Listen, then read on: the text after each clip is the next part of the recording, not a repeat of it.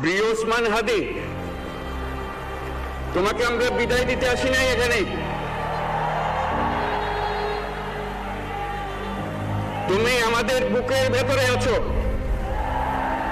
এবং চিরদিন বাংলাদেশ যতদিন আছে তুমি সকল বাংলাদেশের বুকের মধ্যে থাকবে। এটা কেউ সরাতে পারবে না। আমরা আজকে তোমাকে প্রিয় হাদি বিদায় দিতে আসিনি।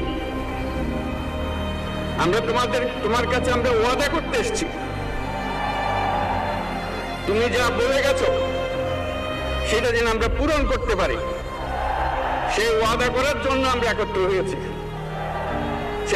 সেই ওয়াদা শুধু আমরা নয়, পুরুষানুক্রমে বাংলাদেশের সব মানুষ পূরণ করবে সেই ওয়াদা করা।